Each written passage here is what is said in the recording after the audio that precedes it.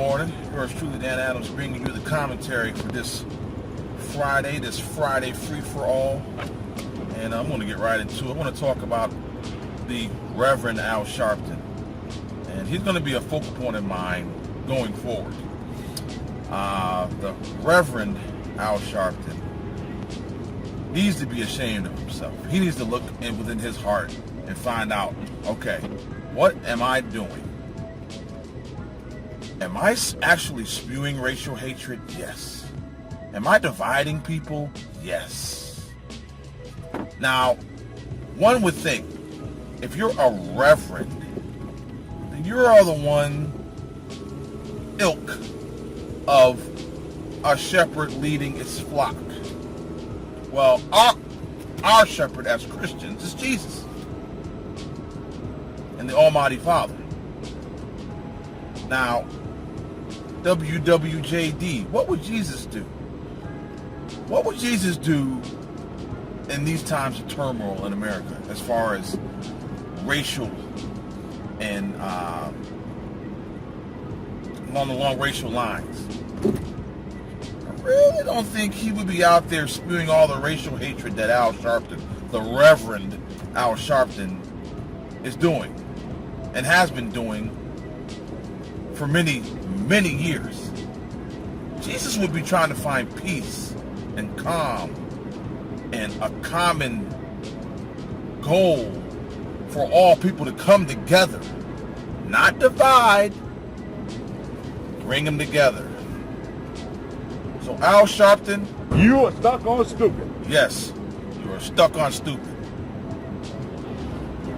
Paris, France, and France as a country dealing with radical Islam. See, I can say it because I know who the enemy is. It's radical Islam. But many sections of Islam that is not quote-unquote radical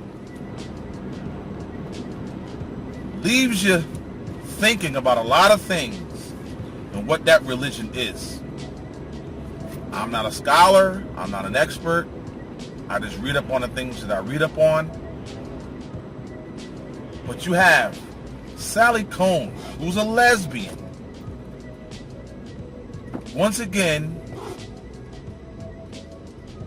has idiotic statements about Christians and Jews and comparing Christian and Jews to Muslims. I'm going to take it a step further.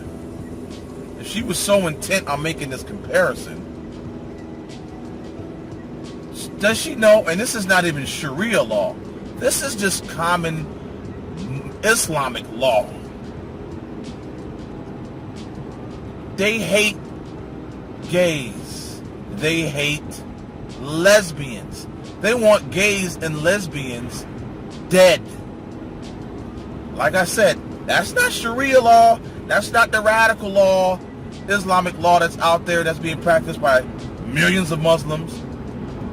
That's common Islamic law. Look in the Quran. Common law within the Islamic religion calls for the death of gays and lesbians. So Sally Cohn, if you're so pro-Islam and pro-Muslim, then I guess you want to die. Just saying. We have a White House administration, a president who said this: the future must not belong to those who slander the Prophet of Islam. When you have the President of the United States saying statements like that, not calling radical Islam what it is, can't even say the word terrorist, terrorism, radical Islamic terrorism, then we will never win this war against them.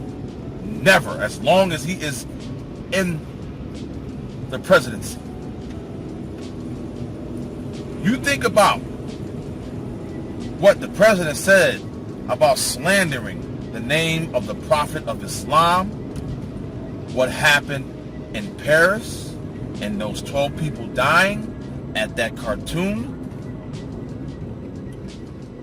and what they said, why they did what they did, because they were slandering the name of the Prophet of Islam. You have to really start thinking, people. Is Barack Obama really a Muslim? As I stated in social media, people have no problem slandering Christians and Jews. But if something is said about Islam, someone slandering the name of the Prophet of Islam, we all have to shut up and put our heads between our legs. Not me. Sorry. It's not happening. Won't happen. Will never happen. People say, well, there's radical factions of Christians. Yeah, they are. People like the people who, that church, and I forgot the name of the church, who celebrates the death of soldiers. Really? That's not true Christianity. That's radical Christianity. And even in that state, they are not going out making videos of beheadings like radical Islamists do. So please stop comparing Christians to Muslims. Please stop comparing Jews to Muslims. And especially radical Muslims. Stop doing it. Just stop. Ignorance can only be defeated by God. Remember that. Have a good weekend. Peace.